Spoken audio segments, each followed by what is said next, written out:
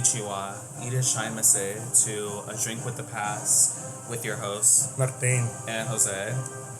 In today's episode, we are going on a walkthrough of the Yasukuni Shrine, located in the illustrious area of Tokyo, Japan, denoting its history and whether all soldiers that fought in the war should be honored. For today's drink, we are having Tenshi Angel Junmai Ginju Premium Sake from Japan. I found this at a local Japanese market in Costa Mesa. It's called Saiwa Market. From the bottle, it explains it as a very fruit-forward drink with an apple and pear coating on it. So, I mean, we'll see how this tastes. Is that good? Okay. As always, drink responsibly. And kompai. As we take a drink with the past. Kompai. Okay.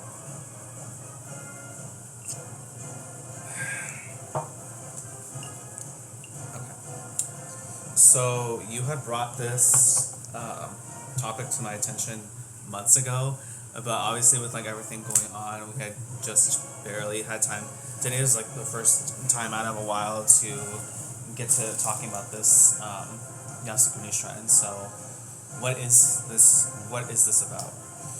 So, for those who do not know, the Yasukuni Shrine is really just a Shinto shrine that is located near the Imperial Palace of Japan, right in Tokyo. It's located like a few miles near the palace, and it's basically a shrine that was built to dedicate the soldiers, to honor the soldiers that basically fought on behalf of the emperor during war times. Mm-hmm. Okay.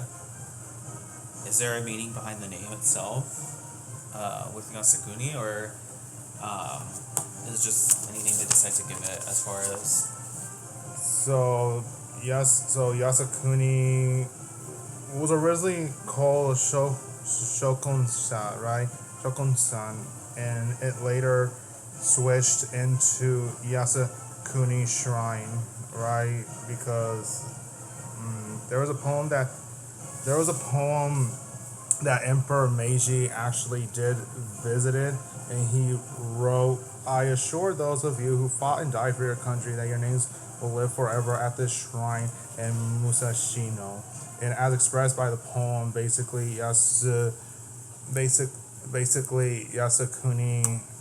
Jinja was established to commemorate and honor the achievements of those who dedicated their precious lives to their country. And of course, the name Yasukuni, bestowed by Emperor Meiji himself, means to preserve peace for the entire nation.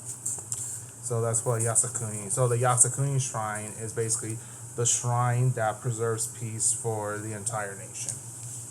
This because of the conclusion of the war, or before the war? The conclusion of the Boshin Wars, okay, which basically happened in the 1860s, that would ultimately restore imperial rule over Japan. Is that why the emperor calls it the Meiji Restoration after? Okay. Because the emperor's name, like his title, right, was Meiji. That's why, because it happened in the years of Meiji. Okay. Of the Meiji rule. Okay. Yeah. So now we have that. It's established as, the peace among rebuilding and stuff. So, why was this war happening at all in the first place? So first of all, before we can understand about Yasukuni Shrine and basically why it still holds meaning and value to the Japanese people, you got to go back to Meiji himself, right? To before this shrine was built. So in the 1850s, right, we all know that Commodore Matthew Perry of the U.S. Navy landed in Japan with his black ships, right, and wanted to have Japan open up its borders after about 200 years of isolation, basically to open up the country to the world, right, for trade and all that. And so the following year, the Tokugawa government, right, the shogunate of the country, decided to sign a treaty with the United States and other Western powers after them, right, to basically open the country. However, there were some people in Japan that were not happy about this, that they did not want to have Western influences coming into Japan. So, actually, the emperor was mad. Well, how long was the country closed off to trade before the shogunate decided to make a treaty with any country outside of the East Coast? Basically about like 250 years. Okay.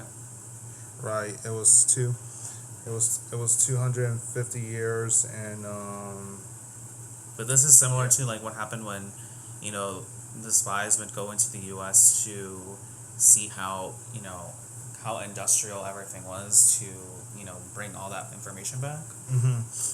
Yeah. So obviously, yeah, the shogunate, well, the Tokugawa government saw this as a good opportunity to say, oh, well, we can learn from these Westerners, we can finally catch up with the rest of the world. We basically are going to be able to get the things that the Dutch were not going to give us, or like we didn't allow the Dutch to give us. And is it because the Dutch had relationships with the U.S. or just because they had well, no, more because what they had it was more, well, because of the materials itself? I feel like if the Dutch really didn't care that much. I feel like the Dutch didn't really care that much about industrializing industrializing Japan, because it was really Britain and the United States that were already at its height in the Industrial Revolution, and then France and Germany followed suit and being industrialized. But so the U.S. basically was gonna give Japan more than what the Dutch were already giving them, and so you're saying the emperor wasn't too fond of the idea. Emperor Komei. So Emperor Komei, whose real name is Koyama Shotaro, right? Even though the shogunate was the main person in control, right? He was basically like the military person, leader. Right? And everything still had to go through the emperor at this point. Like the emperor still had to be informed about these things, because the emperor is viewed as a divine person, right? And that like the father of the country, right? So Emperor Komei was not too fond about this, and basically it was sort of like, well, wait a minute, whoa, what's going on here? Like, why wasn't I informed about this? You signed a treaty without talking to me? You signed a treaty without talking to me about this? And so basically it got into the point where supporters of the emperor, these samurais who showed their support for the emperor more, mainly from the Satsuma in the Choshu region of Japan, which is basically like the southern part of the country. Like towards the bottom of the country? Like Kyushu Island, right there. Okay. Like those two end up making an alliance known as the Satcho Alliance. The Satcho? Yeah, so basically it's the Satsuma and the Choshu. Okay. Right, so that's why it's called the Satcho Alliance. And so basically... So they make an alliance, and then what happens? And basically they want to try to get rid of any foreign influence from the country. And they want to get rid of foreigners that were in Japan, mainly like foreign diplomats and all that, right? Okay. And so they ended up doing this war against the Tokugawa government, right? And which is basically the Boshin Wars, which is basically a civil war. And at the end of the war in 1868, right? At the end of the war, the Satcho Alliance wins, right? The supporters of the emperor ends up winning the war. So honestly, it seems like they were gonna go back into like, oh, let's get rid of the foreigners, blah blah blah. But then throughout this war, the leadership of the alliance ended up seeing things like in a more enlightening way. Basically, they woke up. They had a wake up call, basically saying like, "Well, wait a minute. You know, we just experienced this war, right, with new technology, right? Even though we have the technology, right, because each side had the new technology, right, with the guns and the artillery. Each side had it, right? But then, yeah, the Satcho basically said, "Well, wait a minute. We're going through a crisis here. You know, we're going through a crisis right now because now we finally see what the Western powers are capable of. You know, what they have.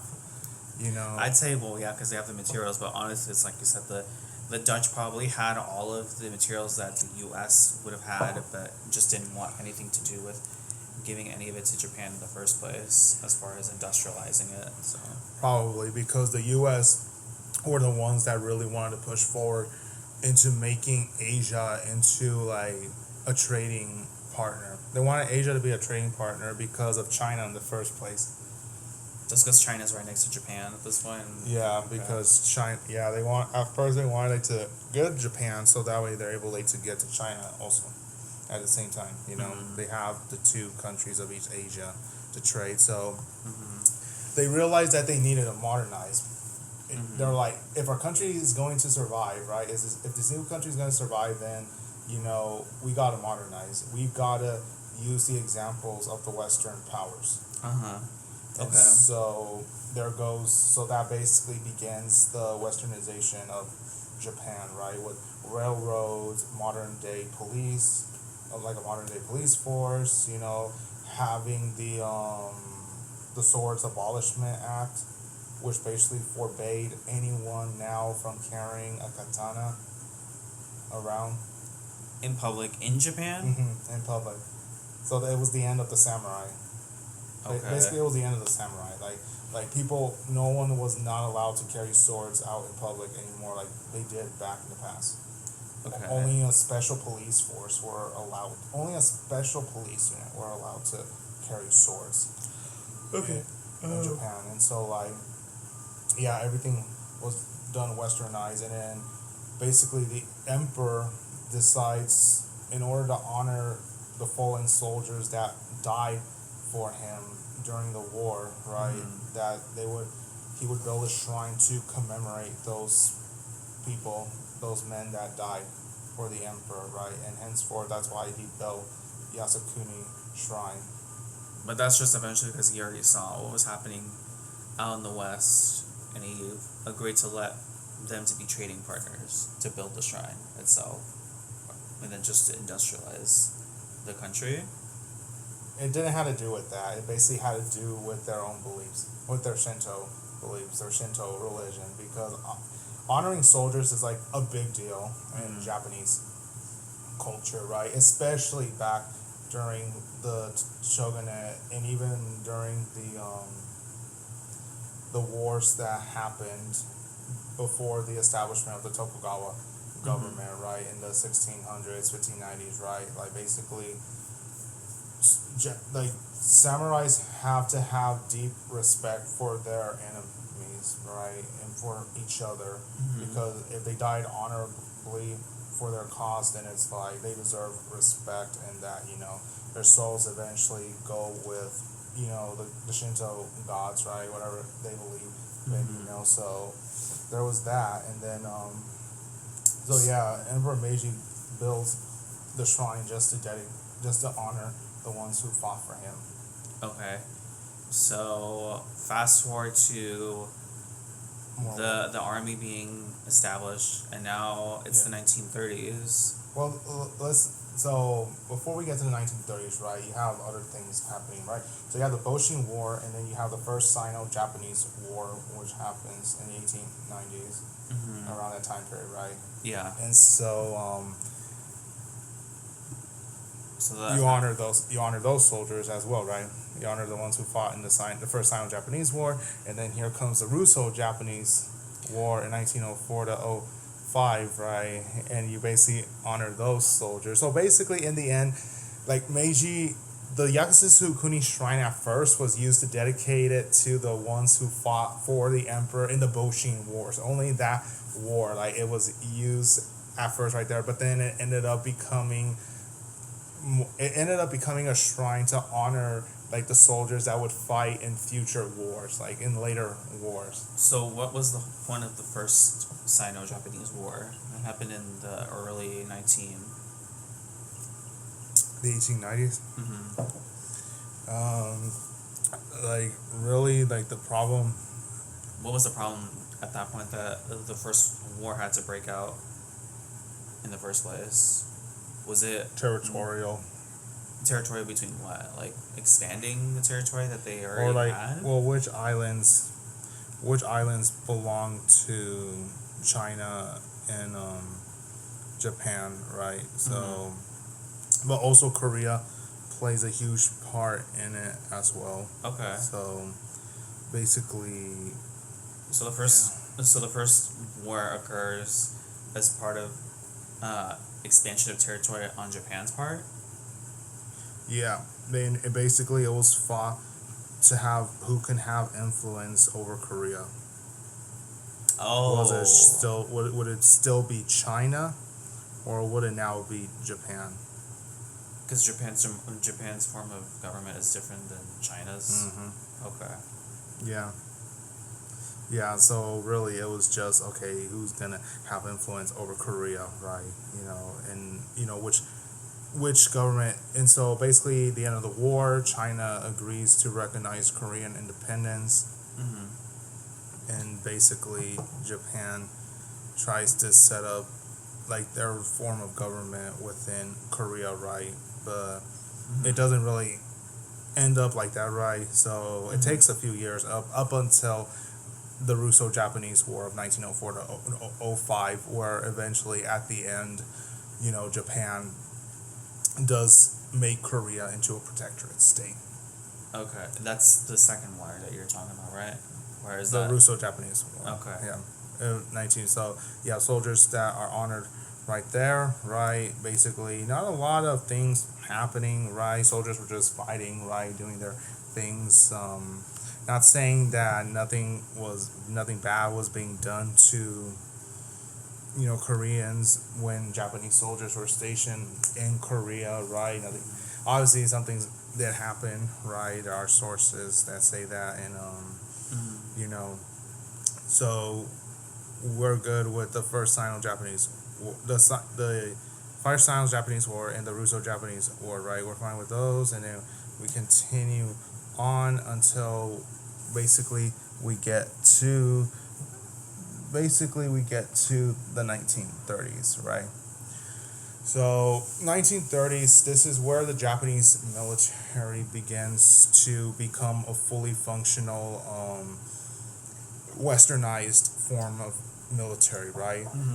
They have everything that a Western army has, from automatic guns, machine guns, artillery, mortars. Right. They have all of that now. Okay. So basically the Japanese military was considered as the strongest military in Asia. Okay. All right. Particularly in East Asia, right? And it's not including like Western colonies, right? Like the colonies that are inside Asia, right? But so Japan was known as the strongest military, right? They had the strongest army, they had the strongest navy in the region. And so was there a point, is this the point in time where they had, Western, or like the US armies stationed out in Japan, like once they had opened up trading with them and they had exchanged like materials and stuff? Or is this years after the war itself, the World War? So no foreign soldiers were stationed in Japan. So America did not have any bases in Japan. They only had legations, though. Of course, they had legations and embassies where there were soldiers that obviously stationed there to protect the legations. But other than like having like foreign powers having like a base there, no, Japan did not have any foreign powers at that point in time. They were a complete sovereign nation. They were allowed to basically do whatever they wanted. Okay. All right, and so how does then having all this power now in the country of Asia have to do with the way they treat, their people in the country? Like other agents? Mm-hmm. So, really, just the way how the Japanese would treat other Asians, and many people have their own perspectives, right, of the way how Japanese treated them, right? Even historians sometimes debate on it, but majority of the time, historians say that, that the Japanese were pretty cruel to other Asians, right? Mm-hmm. Especially in Korea, in China, and French Indochina, and all the places they conquered during the Second World War. But China kind of got it worse from them, especially in 1931 when Manchuria was invaded by Japan. When Japan took over Manchuria, which is that region in northeastern China above Korea, right above Korea, that's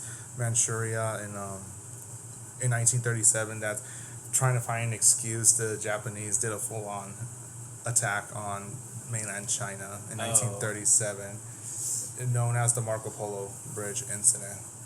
That's what started the war with China, the Republic of China, it was known at the time. Mm-hmm. And so, basically, the Japanese just sweeps through China, right, and they end up killing countless Chinese, not just soldiers, but civilians as well, especially those who believe in communism. They mainly focused on communists, on the Chinese communists, and then when they got to Nanjing, it doesn't matter what name it is, it's still the same place, Nanjing. When they get there, they end up brutally massacring hundreds of Japanese civilians. That's also a communist area as well? No, that was the capital of the Republic of China in the past. Nanjing was the capital before Beijing. But they didn't carry any communist beliefs itself? No, it was a national. Okay. But what was the whole point of them wanting to take over if they don't share the same beliefs as most of the Republic of China itself?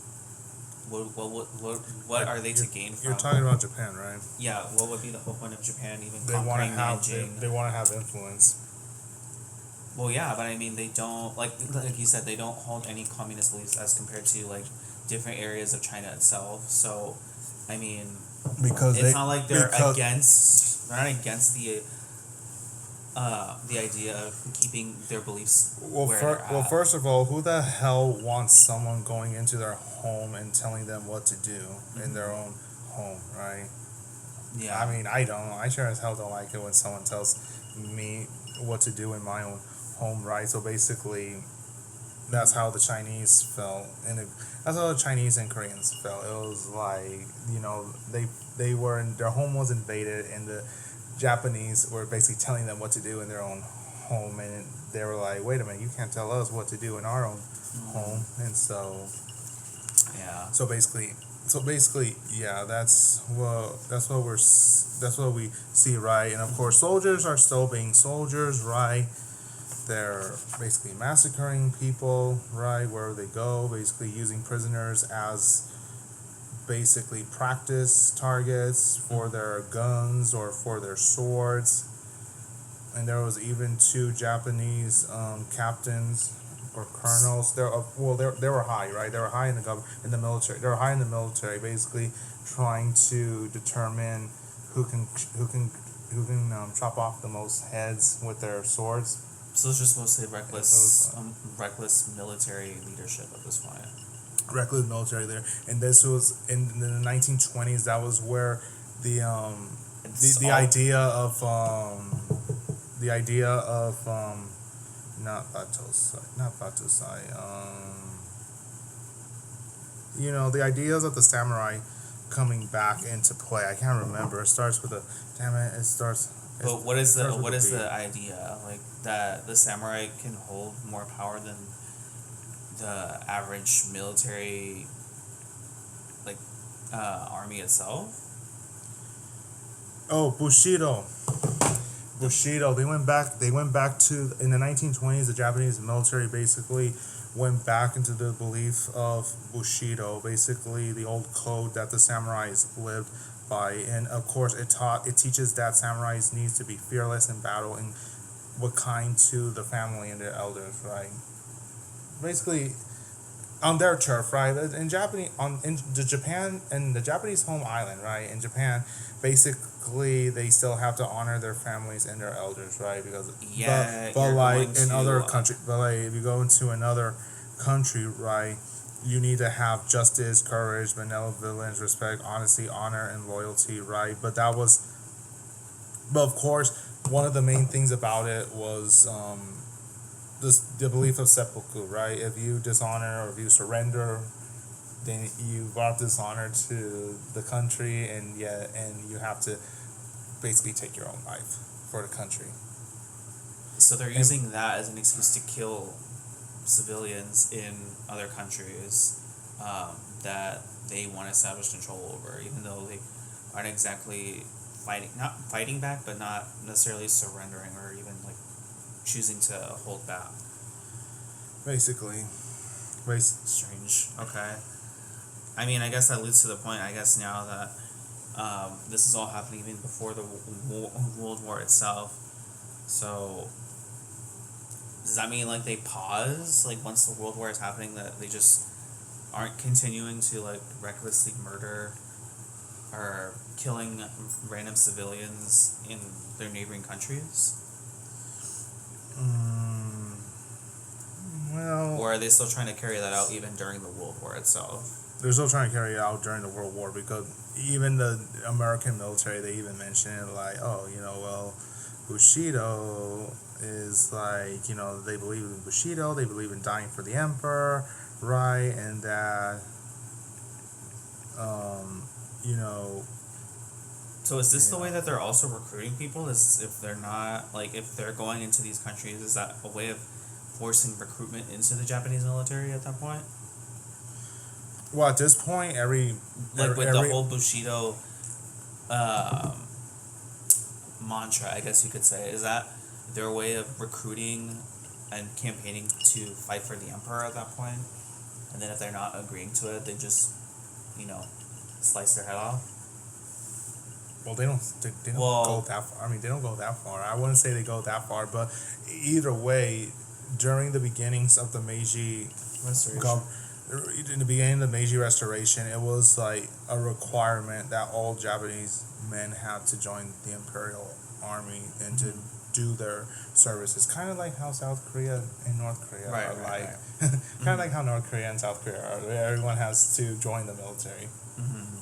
So... but as far as, like, how that has to do with them when they go into, like, Nanjing and, Manchuria and, the Marco Polo incident, is that something that they wanted to, like, do as, like, an agenda, like, want to recruit more people into the army itself, since they want to establish control? Well, they have to, because the narrative is, oh, you're doing this for your country. We're doing this to show the world how Japan is. We're spreading, our knowledge to other countries, and you're helping bring that into these other countries. So basically, they were fed on that narrative, that a lot of Japanese soldiers were fed on that narrative, that they were just going there to help out other nations to be free from the Western powers' aggression, basically colonialism. Okay. And yet they're going to be colonizers themselves. Okay. Which is ironic. Which is very ironic. And of course, they treated other Asians very poorly. And of course, you're saying there were some Asians that basically had to bow down to the Japanese, and they basically did their doings, I guess you can say. Mainly people from the rich side. Okay. So, I mean, that all happens, and, all current wars have ended at that point in time. So I'm assuming there has to be an expansion of the shrine, considering the size it has, to now include, future wars that were happening. So I guess now that begs the question, so should even the people that commit reckless acts be honored alongside other soldiers that fought for the emperor? So obviously what the Japanese did during the Second World War was very bad, and there is evidence, obviously, of the atrocities that happened from Chinese, from Koreans, from Southeast Asians, the Philippines, even American veterans like the Marines who fought against them. Right, there's a lot of evidence against what the brutalities that the Japanese did, especially when it came with the high command. And so, at the end of the war, when they did the Tokyo trials. What's the Tokyo trials? So think of the Nuremberg trials that they did with the Nazis. What, where they judged them all like? And they basically did it in Tokyo. So it was basically the Nuremberg trials, but for the Japanese. Like which one deserves like the bigger capital punishment according to the amount of, like you said, the amount of crimes or the amount of torture they committed against civilians? Basically, yeah. So they were divided into Class A and then Class B and Class C war criminals, right? What's Class A considered as? Class A, like conspiracy would be I guess Class A would basically be like the top people, like the most, like first degree murder. Think of it like that. When you're trying for murder, right? First degree murder, second degree murder, right? And that's basically what it is. And would be Class B then? Like, what is it? Like, what are they called? Accessory to murder? Charges against Japan's top leaders alleging crimes against peace, and then Class B and C are basically charges at the Japanese of any rank covered conventional war crimes and crimes against humanities. So Class A is more so like the organization to disturb peace, and then B and C is like anyone else that's willing to carry out what's being told by the war generals at that point. Basically, yeah. So Class A is basically like the top dogs in the military, right, that are planning to do crimes against peace, and then Class B and C are basically the Japanese, like below them, who basically commit those war crimes and crimes against humanity, right? Okay. So that's the difference, right? You have the higher ups that gives like the orders, and then you have the ones below that actually do carry it out. So the Second World War ends during the Tokyo trials. Right. Where were you going with that?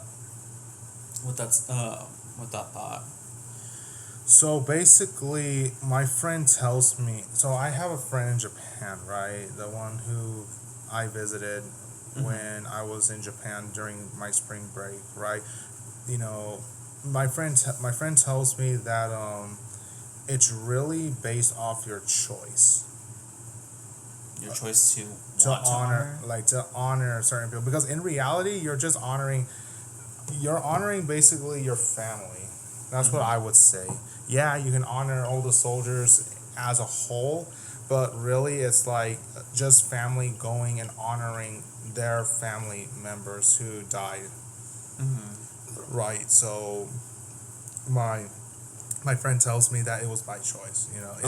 It's by choice. So it's like when it comes to the questions like, should all Japanese soldiers be honored? And I would say, well, it's a choice, and it's really depending on who you're honoring at the shrine. Are you honoring all the soldiers, or are you just honoring a family member that died in the war? You're honoring your ancestors right there. So I mean, yeah, So it's like a lot of things were going on because, and why it's a lot of controversy is because Not a of lot of people that China, died because of Korea and China. Well, yeah, Korea and China, because it's like they took a lot of the brunt during the Second World War, like during the Second Sino-Japanese War, and Korea with the colonialization of their country. Yeah. Right, so they took a lot of things, They must have especially the most controversy being the comfort women. Yeah, they were just caught in the crossfire. Not even in the crossfire. They were just standing there, just watching this all go down. They didn't even know that it was being happening. They didn't know why it was being committed against them in the first place. Mm-hmm. Even the ones that don't hold the same beliefs as maybe other countries around them are observing at that point. And of course, it's like at first they weren't gonna do it. They weren't gonna put in like the tablets or like the things of these war criminals in the shrine. But I mean, also like every person that died has a family. They come from they come from a family, whether currently living or they also died before they entered into the war. So, I get like in that perspective, you can argue like everyone deserves to at least have a tablet or even something written about like, oh, this is where so and so is being buried, just like any other innocent person that fought for the emperor died, and they also have their name inscribed somewhere on the shrine, in the shrine property itself. Yeah, because like according to documents that were released on March 28th of 2007 by the National Diet Library of Japan, the Health and Welfare Ministry officials, and the Yasukuni representatives agreed during a meeting on January 31st of 1969 that Class A war criminals judged at the Tokyo trials were able to be honored, this is quotes, able to be honored as decided by the shrine priests, and decided not to make this decision public. Meaning? So, in 1969, there was like the Diet, right? The leader, basically the Congress of Japan, and like the officials at Yasukuni, right? They agreed in 1969 that these Class A war criminals that were judged in the Tokyo trials, they should be honored. They should be honored in the shrine, right? And we'll let the priests decide. We'll let the shrine priests decide to do that, and they decided not to make it public. Okay. So, obviously, in 1978, 14 men who had been charged with Class A war crimes, and 11 were convicted as Class A, 1 was convicted of Class B, and 2 died before the trial was completed, would be enshrined as the martyrs of Showa. And the 11 that were charged? Basically, yeah. Those ones. That they would be known as the martyrs of Showa, which is Emperor Hirohito's like official emperor name, Showa. And so these include Hideki Tojo, Seishiro Itagaki, Hitaro Kimura, Kenji Doihara, Akira Muto, Koki Hirota, and Iwane Matsue, who would die by hanging by the trials. Those were the ones that had like the little tablets, or those they got their own little tablets, and then lifetime imprisonments, and then 20-year, right? And so all imprisoned war criminals either had their sentences commuted or released by 1958, right? And so in the 1970s, this was literally where okay. And then, but the thing is that was funny is that when Emperor Hirohito heard about that, about that they were gonna put these people in the shrine, like their thing, Emperor Hirohito stopped visiting the shrine until he died. Up to his death, he did not visit the shrine anymore. because he wanted nothing to do with seeing their faces Well, not their in the faces. shrine. Well, not their faces, but knowing that they would be honored. Oh yeah, at you the get the shrine. point. Like their presence, their presence in the war. Yeah. He wanted nothing to do with seeing that in the shrine itself. Okay. Basically, yeah, he didn't want anything to do with it, but of course, other prime ministers after that, after that have visited the shrine Okay. to show their respect, But of course, there were still complaints about the shrine from visits from Chinese diplomats and South Korean diplomats. They still complain about the shrine. I mean, why not? It's And PTSD. It's all that being brought back to the past itself, And they even from like their ancestors' perspective, like Well- they're being reminded of, like, oh yeah, that's the guy who just killed my grandma like years ago over the ideals of establishing control over us, and we're like, we didn't do anything here.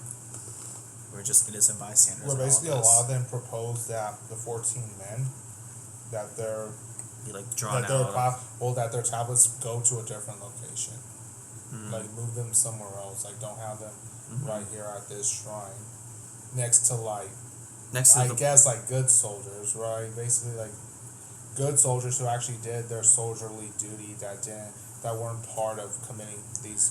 I mean, they war probably crimes. could. They probably could have, but I mean, maybe it could be just because of how the structure was built, that they had to put people where they could to make to like establish space, not to establish space, but to make use of the space they have, if you will. So that's why they're kind of like, well, we're just gonna put them here, because this is all we have. Unless you try to make an expansion of the property itself, then yeah, you could move. You could consider the possibility of moving them to like a different location in the shrine if they have to stay there at that point. Yeah, because like all the emperors now they don't visit the shrine anymore. Mm-hmm. After Hirohito's son, his grandson, they don't visit the shrine. Mm-hmm. Not at all. They just make the lower members of the family go visit in their place. I mean, I guess you could say at that point everyone has visited. They just not when they become emperors, but because they've seen it before, like before they gain that title as emperor. So it's not entirely false that they've never visited. It's just that once they gain that title, they just make no effort to go. And it's a really beautiful shrine. Like now, like from a foreigner's perspective, right, like a Western perspective, right, who doesn't really know much about, Japanese war history, right? Japanese war history, especially like not a lot about the Second World War. It's a beautiful shrine. Like just the layout is amazing, right? It has big wooden gates that shows this insignia of the emperor on it, and then you keep going in, and there's the main hall right there, which you pray at, like the main hall. That's where the Japanese go and do their little prayers, and they bow. But also, it's a place where, unfortunately, some tourists, all right, a country that's west of Japan, that is a big country in East Asia. Does what? Some tourists tend to cause disturbances at the shrine. Like destroy just calling out, saying derogatory things and things like that while Japanese are praying. Right, okay. So it's like it's just so strong. Like the feeling is strong.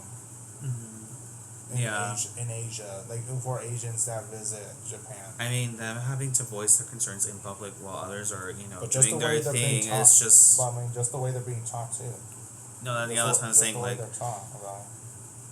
I mean, like you said, there's not. It's a mixture of people that served and people who probably didn't need to be there but had to be there because it was it's what others decided for them to be placed there. So them having to voice their pains in public may not have been the more eloquent way of going about it, but it's happening whether you like it or not. I mean, to be honest, like yeah, so you have the shrine, but you also have a museum that was made too, right next to it. And in this museum, it's really cool. I think it's really cool. I think it's really cool because it shows everything. It displays a lot of things. Like there's a model, an actual replica of a Zero, airplane of Zero, right there. It's really cool. Like I didn't realize how big those planes were, kind of, but they're kind of huge, and like Okay. they had artillery. You know, they had like artillery like cannons, and then on the second floor, that's where everything happens. Like from the Meiji all the way until like the current state.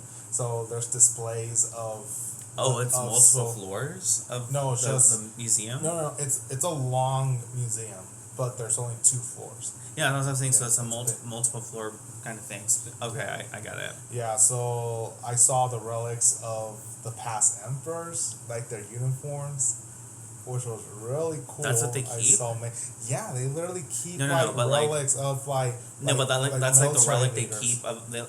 That's when they they figure Basically, out the what's something they want to military keep from an uniforms. emperor. They keep The- robes or like keep No, like that's like the palace museum, like with the robes and all that. But this is a military museum, so they keep their military uniforms, like their Okay. professional uniforms, right? So I'm I gonna was say it's able like to if it's like see- a regular museum and they're like, okay, what's something well, we want? not What's a just keepsake? That. Well, that not we just wanna- that. Like the wives of the emperors too. They keep like their dress. I think they have like one specific dress of each of their wives, right? Is it?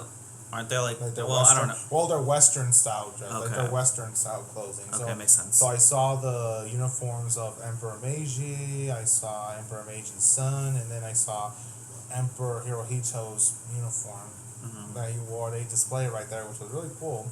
And so, and they also display. Are they all the same, or are they have different styles? I guess you could say from each uniform that they had in the museum. There's different styles, like being depending on like, the centuries, right? Okay. And so there was that, and then they also display like famous generals, admirals, this uniforms as well from the wars. Okay. And so I saw one of the things I did saw was, of course, Admiral Yamamoto's uniform. Okay. Like his thing.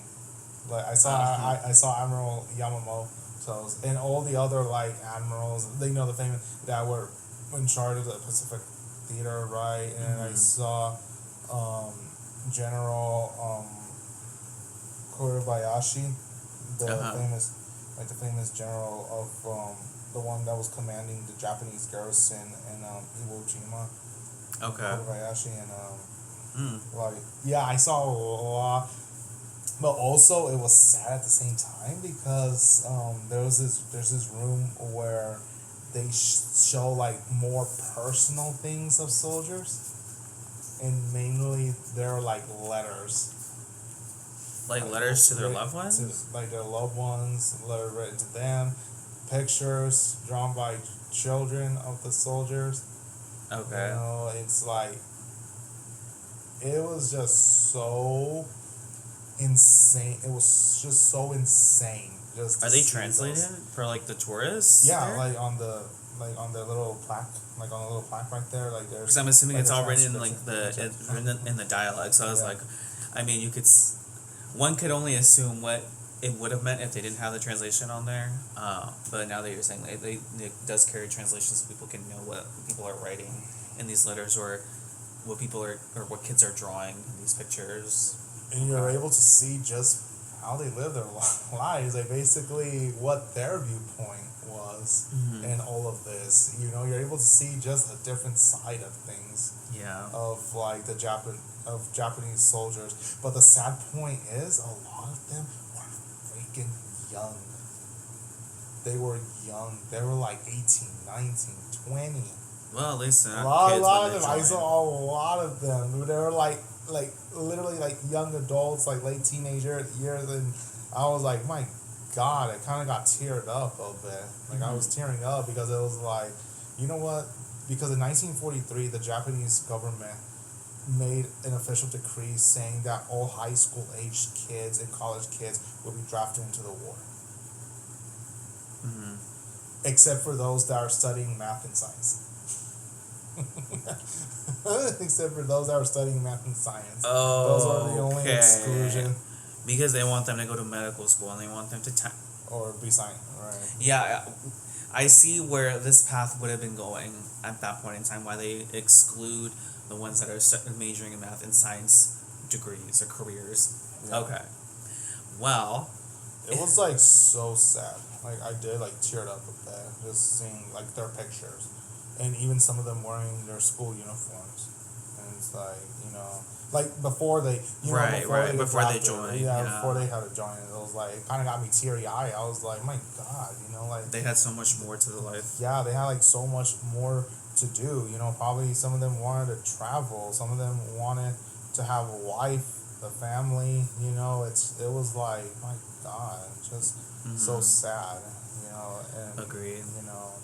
It was just ridiculous because at this point, like, the war wasn't looking too bad. Wasn't looking too good in 1943, especially in China, right over there in that region in Southeast Asia. It wasn't looking too good. And it was like, you know, they forced, and of course, the United States wasn't even any better to begin with, right? A lot of those soldiers, a lot of them were dying anyways, and I think it was 19-year-old had to be a kamikaze. They were like 19.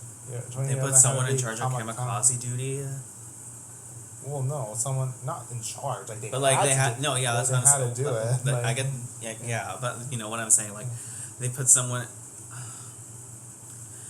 I don't know. Regardless of age, with kamikaze, I don't know. That just feels a little much.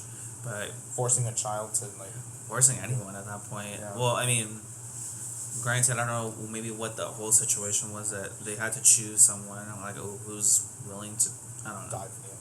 Who's truly willing to die like that. I don't know, but with that being said, and it's just, you know, what's really cool is like, I don't know, this may sound like a controversy. I don't know. I don't want to be can, but I don't know. I kind of had an urge of tread lightly with this of like bowing to Yamamoto's things because of like that point in history. I found of like wanting to bow, like showing my respect to Yamamoto, because honestly, Yamamoto was the one before he had to be pressured into like realizing that war was inevitable with the United States anyways. Like before he had to come to that conclusion, like before he was against joining war against the United States. Well, let me put it this way: would like you, he was against joining war against the United States, and it was like he had the common knowledge, he had the common sense of like why Japan shouldn't go to war with the United States, and it was just if this person was here at this point in time, say you were in Japan, and that person was there, fully live, what would you bow, or would you just give him a good old handshake at this point, and so be it? I mean, that's how, like, take it as you will, you know. I mean, like, how do they say Socratically? Take it how you want Socratically. If this person was physically standing in the same room as you while you were over there in that museum, would you bow, or would you?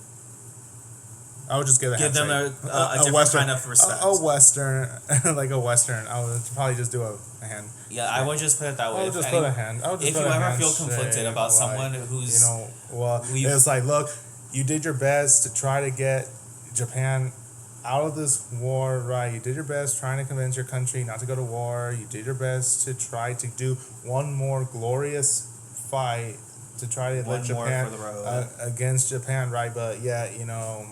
And it's like life panned out differently for you. Life panned out differently, and it's like, but I mean, yeah, but the Yasukuni Shrine in the museum right next to it is a really interesting place to go to, even though in the museum they don't talk about the atrocities that happened, because I don't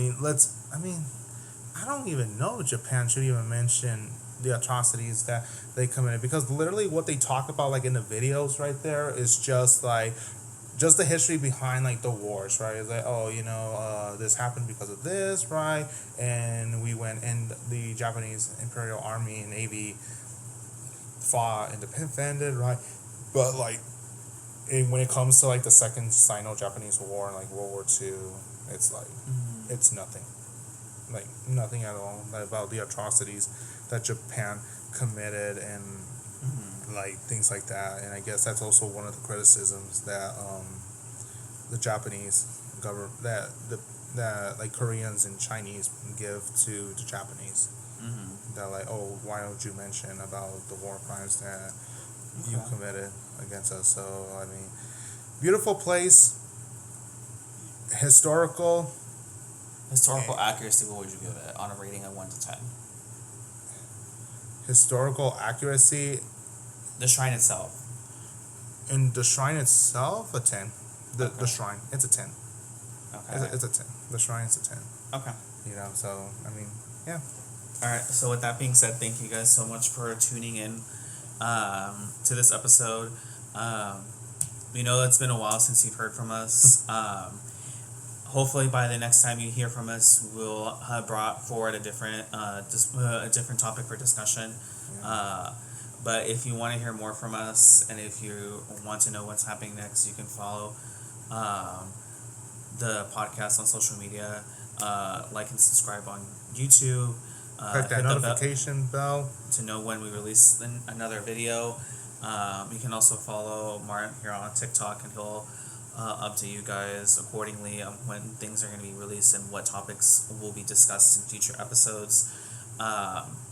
And if you guys have anything to add to the discussion or anything that you like from this video, go ahead and comment below. Or if you have an opinion, right, about the shrine or about anything else in regards to like the Japanese military and how you view the Japanese defense force, which is what the military of Japan is now, is basically the defense force, then please comment. So with that being said, arigato. As we take a drink with the past. Arigato gozaimasu. Arigato gozaimasu. Sayonara.